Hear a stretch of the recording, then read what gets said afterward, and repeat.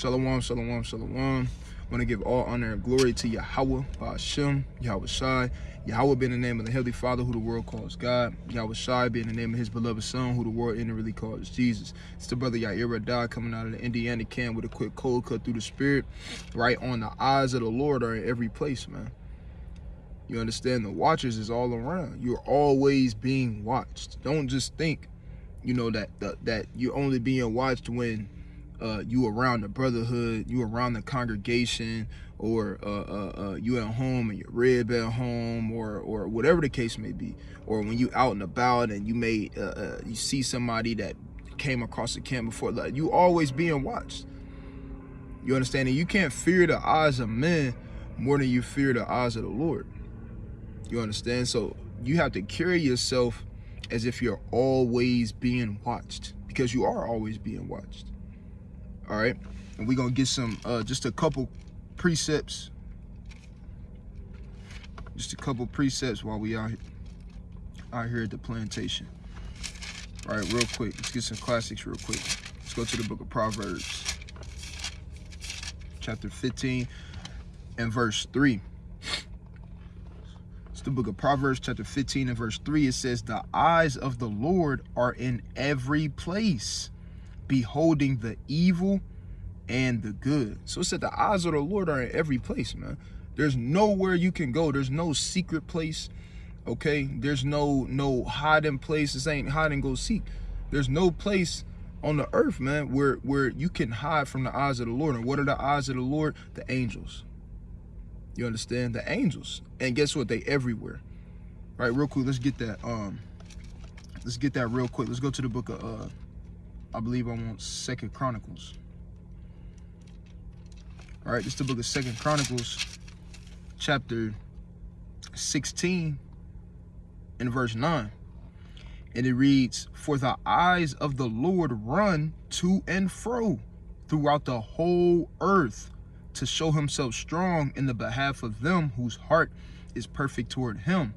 Herein thou hast done foolishly, therefore from henceforth thou shalt have wars. So the point is, it says the eyes of the Lord run to and fro throughout the whole earth.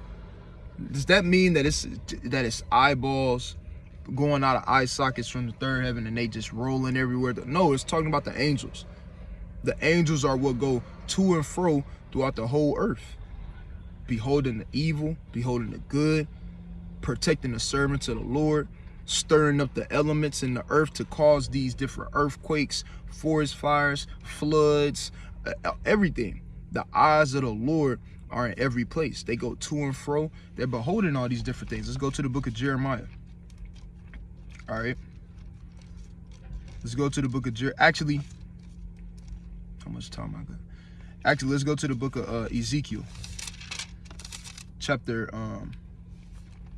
9. So like I don't want to get too many.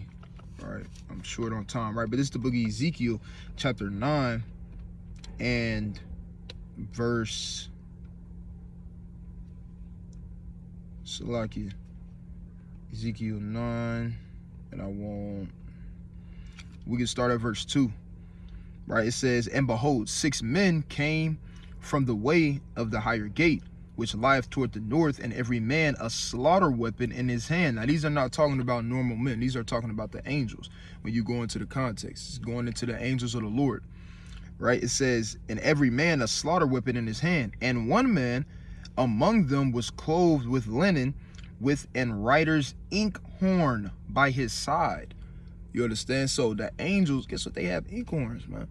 This angel in particular had an inkhorn. What is an inkhorn used for? To write. You understand? Right? Let me just finish the verse off. An inkhorn by his side, and they went and stood beside the brazen altar. Right? Let's go to the book of Jeremiah 17. All right. It's the book of Jeremiah, chapter 17 and verse 1. It says, the sin of Judah is written with a pen of iron, and with the point of a diamond.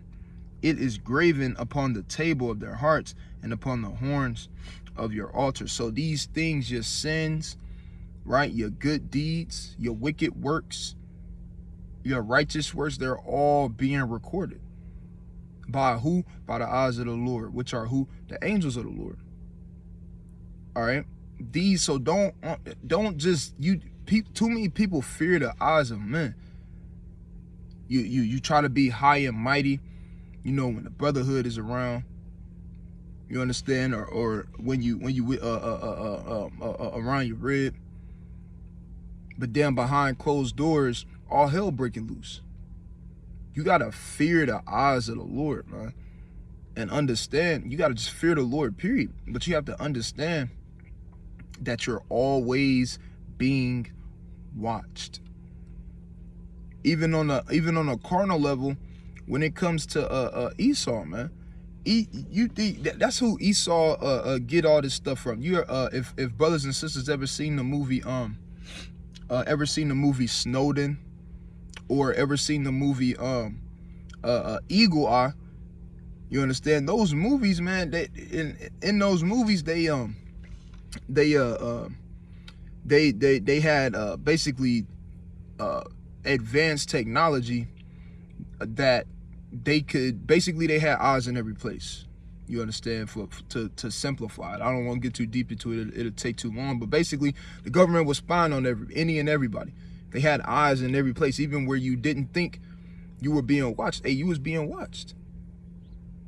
Your phone, your tablet, your computer, your car, the bus station, other people's devices. Like they see these things. They have eyes in every place on a carnal level. You understand? If Esau could do that, how much more the Most High God with his innumerable amount of angels that he has? You understand? So let's stay in the book of Jeremiah while we here, and let's go to Jeremiah chapter 16 and 17. All right, this is the book of Jeremiah chapter 16 and verse 17, and it reads, "For mine eyes are upon all their ways. They are not hid from my face, neither is their iniquity hid from my eyes." So you have to understand these things. I'm saying it over and over again. The scriptures say it over and over again. The eyes of the Lord are in every place. You're always being watched. You cannot hide from the Most High God, man. You understand? These things, hey, they come to pass. You understand? These things, right? You can't be like the real quick, let me get this precept in. I believe I want Ezekiel 18, I believe. You can't be like the these men in Ezekiel chapter 18. Is this what I want? It's like how much time? Is this what I want?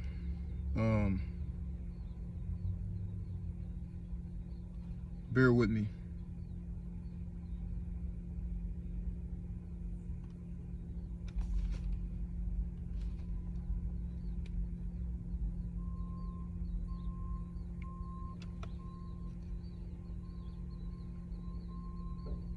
Nah, Salakia, I'm tripping. I want Ezekiel 8, I believe.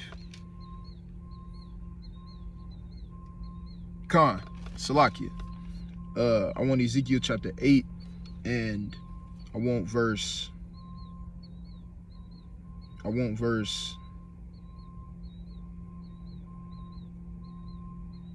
7. I'll start at 7.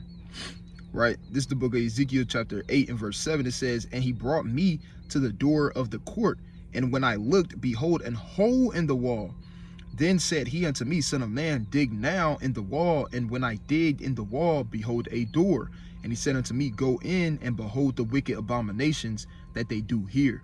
So I went in and saw, and behold, every form of creeping things, an abominable beast, and all the idols of the house of Israel portrayed upon the wall round about.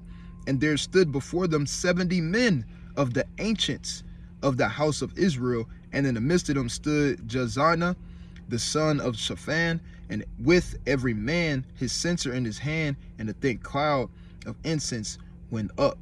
It says, Then said he unto me, Son of man, hast thou seen what the ancients of the house of Israel do in the dark? Every man in his chambers of his imagery. For they say, The Lord seeth us not, the Lord hath forsaken the earth. You see that?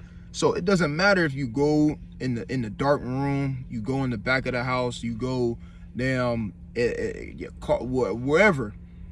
It doesn't matter. The Lord has the eyes beholding your works. Okay? So brothers and sisters got to always understand, realize, and move accordingly, or move as such. You understand? It's like that substitute teacher. All right? Or that teacher, when the teacher leave the room. Really? Yeah. You know it was 15 minutes, man. All right, I'm about to come out. Yeah. My fault. So, see that? Yeah, Esau. So, long story short, you know, you want to make sure that you always, you know, beholden and understanding that the eyes of the Lord are in every place. You understand? And moving according as such. Right? So all praise to the Most High God. Lord willing, brothers and sisters, was edified. Right? I want to give a strong Kwam Yasha Allah. Shalom.